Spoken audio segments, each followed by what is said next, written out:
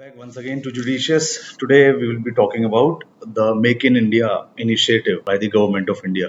और इस particular session में जो इस सेशन के कंटेंट्स होने वाले हैं वो होगा एक brief introduction about make in India, किस ऑब्जेक्टिव के साथ ये स्कीम लॉन्च हुई, फिर एक वर्ल्ड बैंक एक लिस्ट इशू करता है about ease of doing business in various countries, उसके बारे में बात, फिर क्या क्या रिफॉर्म्स हुए मेक इन इंडिया के अंदर, इसका क्या इम्पैक्ट रहा, कौन कौन सी स्कीम्स हैं आती हैं मेक इन इंडिया के अंदर, और finally the advantages of the make in India scheme. So we will just begin with the introduction about this initiative which is called as Make in India. So basically like I just said, Government of India का initiative है और companies को encourage करने के लिए कि वो आकर ज़्यादा से ज़्यादा नंबर में इंडिया के अंदर मैन्युफैक्चरिंग स्टार्ट करें और जिससे कि ऑटोमेटिकली इन्वेस्टमेंट जो है वो मैन्युफैक्चरिंग सेक्टर में इम्प्रूव हो जाए। पॉलिसी का जो बेसिकली अप्रोच है वो ये है कि एक अच्छा एनवायरनमेंट दिया जाए इन्वेस्टमेंट्स को, creation of modern and efficient infrastructure को, और नए सेक्टर्स खोले जाएं for the investment of foreign capital. Right, prime minister Shri Narendra Modi ने इस स्कीम को लॉन्च करा ऑन सितंबर 25, 2014। प्राइमरी गोल है इंडिया को ग्लोबल मैन्युफैक्चरिंग हब बनाने का, जिससे कि और वो कैसे होगा कि मल्टीनेशनल और डोमेस्टिक कंपनीज दोनों को एनकरेज करें कि वो अपने प्रोडक्ट्स को ज्यादा से ज्यादा नंबर में मैन्युफैक्चर करें with in the country itself. Basic जो एम एक और ये भी है कि मैन्युफैक्चरिंग सेक्टर का कंट्रीब्यूशन इंडिया के जीडीपी में करंटली जो 17.4 है उसको बढ़ाकर 25% करने का एम है बाय द ईयर 2025, और department of industrial policy and promotion DIPP इस इनिशिएटिव को लीड कर रहा है। और बहुत सारे इनिशिएटिव लॉन्च करे हैं इन्होंने, जैसे कि प्रमोटिंग फॉरेन डायरेक्ट इन्वेस्टमेंट और इंटेलेक्चुअल प्रॉपर्टी राइट्स का implementation plus development of manufacturing sector. Overall 25 sector economy के आइडेंटिफाई करे हैं, ranging from automobiles to technology to business process management, जिनमें ये फॉरेन डायरेक्ट इन्वेस्टमेंट चाहते हैं और अट्रैक्ट करना चाहते हैं इन सेक्टर्स के अंदर। Now what are the basic objectives of make in India? 3 stated objectives हैं इस इनिशिएटिव के। नंबर 1 इज मैन्युफैक्चरिंग सेक्टर का ग्रोथ रेट जो है वो 12 से 14% एनुअली तक उसको इंक्रीज करना, 100 million additional manufacturing jobs add करना इकोनॉमी के अंदर 2022 तक, और ये इंश्योर करना कि मैन्युफैक्चरिंग सेक्टर का कंट्रीब्यूशन जो जीडीपी के अंदर है वो 25% तक पहुंच जाए, जो मैंने अभी बताया था। पहले टारगेट रखा था 2022, now it has been revised to 2025। Now we will talk about the ease of doing business. World Bank की एक लिस्ट इशू होती है, उसमें इंडिया पहले जहां पर 130 पोजीशन पे था 2016 में, अभी 2019 में उसकी रैंक जो है इम्प्रूव होकर 63 पर पहुंच गई है out of a list of 190 countries. So it is a good thing. Feb 2017 में गवर्नमेंट ने UNDP यानी यूनाइटेड नेशंस डेवलपमेंट प्रोग्राम और नेशनल प्रोडक्टिविटी काउंसिल NPC को अपॉइंट करा कि वो एक्चुअल यूजर्स तक इंफॉर्मेशन पहुंचाएं, उनसे फीडबैक लें इन रिफॉर्म्स मेजर के ऊपर कि कैसा ईज ऑफ डूइंग बिजनेस में वो कहाँ पर स्टैंड कर रहा है उनका स्टेट। अच्छा, इसी वजह से एक कंपटीशन स्टार्ट हो गया इंडिया के सारे स्टेट्स के अंदर कि वो अपनी करंट रैंकिंग को इम्प्रूव करें ease of doing business index के हिसाब से। At present number 1 and number 2 states जो हैं ईज ऑफ डूइंग बिजनेस में इंडिया के अंदर, they are Andhra Pradesh and Telangana, followed by Haryana, Orissa, Chhattisgarh और वेस्ट बंगाल। ये टॉप 6 स्टेट्स हैं। नंबर 1, नंबर 2 आंध्र प्रदेश और तेलंगाना है। देन क्या क्या रिफॉर्म्स आए मेक इन इंडिया इनिशिएटिव के अंदर? तो जो रिफॉर्म्स हैं वो कुछ ऐसे हैं कि नए प्रोसेसेस, नया इंफ्रास्ट्रक्चर, नए सेक्टर और एक नया माइंडसेट।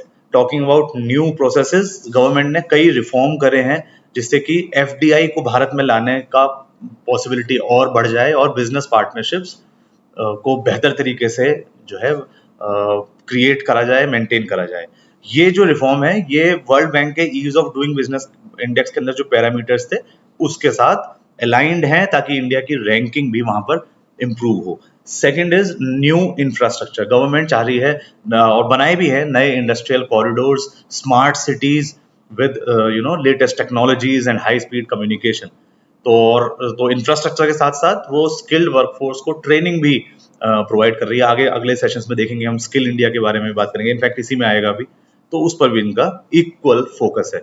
फिर नए सेक्टर को ओपन करना, 100% एफडीआई अलाउ कर दिया है रेलवेज के अंदर, कंस्ट्रक्शन के ऊपर से रेस्ट्रिक्शन हटा दिया है, प्लस जो एफडीआई का एक कैप रखा हुआ था कि इसके ऊपर एफडीआई नहीं हो सकता इस लिमिट के ऊपर, अब वो कैप 100% तक बढ़ा दिया है डिफेंस और फार्मास्यूटिकल सेक्टर्स के अंदर। Last is new mindset.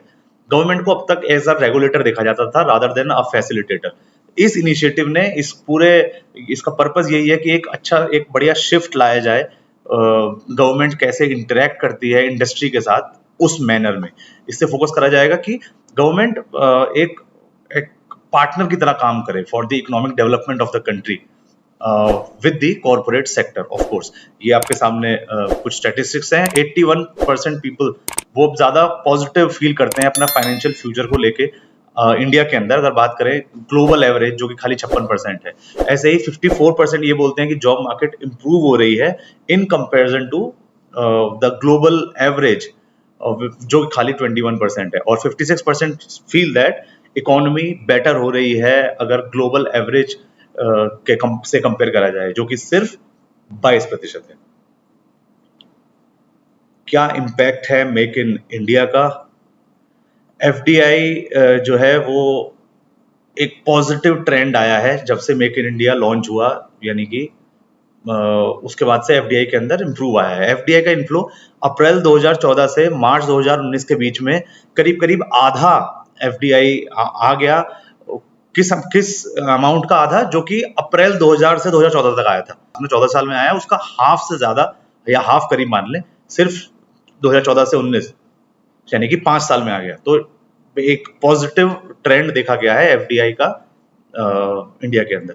क्या क्या स्कीम्स लॉन्च करी गई मेक इन इंडिया इनिशिएटिव के अंदर, उस पर एक ब्रीफ ग्लांस देंगे। स्किल इंडिया इसके अंदर है, startup India, digital India, PMJDY that is प्रधानमंत्री जनधन योजना, स्मार्ट सिटीज, अमृत, स्वच्छ भारत अभियान, सागरमाला, इंटरनेशनल सोलर अलायंस और अग्नि जो कि इनोवेशन को लेकर है। तो ये कुछ 10 स्कीम्स हैं मेक इन इंडिया के अंदर, सबके बारे में एक एक छोटा ब्रीफ डिस्कशन। स्किल इंडिया, इसका मिशन का जो एम है वो ये है कि 10 million people in India must be annually provided skillful training. और वो इसलिए भी जरूरी है क्योंकि फॉर्मली स्किल्ड वर्कफोर्स इंडिया के अंदर सिर्फ 2% है पूरी पॉपुलेशन का। फिर है स्टार्टअप इंडिया, यहाँ पर बेसिकली एक ऐसा इकोसिस्टम बनाने का प्रोग्राम है जिससे कि स्टार्टअप्स की ग्रोथ को सपोर्ट करा जाए, सस्टेनेबल इकोनॉमिक डेवलपमेंट हो और मासिव लेवल पर, बड़े लेवल पर एम्प्लॉयमेंट क्रिएट किया जा सके। Then is digital India, we all know about this initiative, right? Knowledge based और डिजिटली एम्पावर्ड इकोनॉमी बनाने का पर्पस है यहाँ पर इंडियन इकोनॉमी को। फिर है पीएमजेडीवाई दैट इज प्रधानमंत्री जनधन योजना, मेरा खाता भाग्य विधाता। यहाँ पर ये मिशन का बेसिकली पर्पस था कि सबके बैंक अकाउंट अगर ओपन हो जाएंगे सिटीजन्स के, तो वो आसानी से फाइनेंशियल सर्विसेज, चाहे वो बैंकिंग के सेविंग और डिपॉजिट अकाउंट को लेकर हो, कुछ रेमिटेंस, क्रेडिट, इंश्योरेंस या फिर पेंशन, इनको आसानी से उन तक पहुंचाया जाए। फिर है smart cities, overall 100 smart cities India के अंदर क्रिएट करने का यहाँ पर एक इनिशिएटिव है ये मेक इन इंडिया स्कीम के अंदर ही।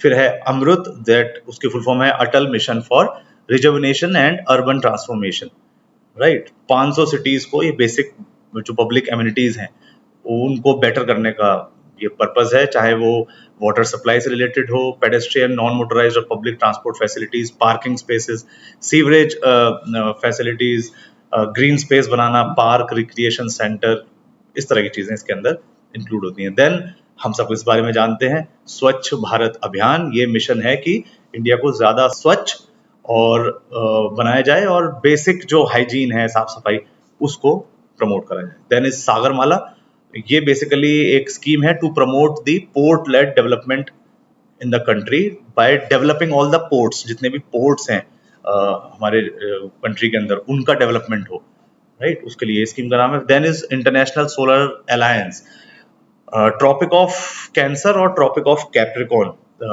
के बीच में जो कंट्रीज कंप्लीटली या पार्शली आती हैं, उन कंट्रीज को सनशाइन कंट्रीज बोलते हैं, क्योंकि वहां पर बहुत ज्यादा अमाउंट में सन रेज उनको अवेलेबल होती है। तो इसलिए ये इनिशिएटिव किस लिए है कि सोलर टेक्नोलॉजी को यूज करके और सोलर एनर्जी को वहां पर बेटर तरीके से यूज किया जा सके। द लास्ट इज अग्नि, that stands for accelerating growth of new India's innovation. उसका बेसिक पर्पस ये था कि इनोवेशन इकोसिस्टम को ज्यादा पुश मिले और लोगों को अपने इनोवेशंस को कमर्शियलाइज करने के लिए यहाँ पर प्रमोट करा जाए।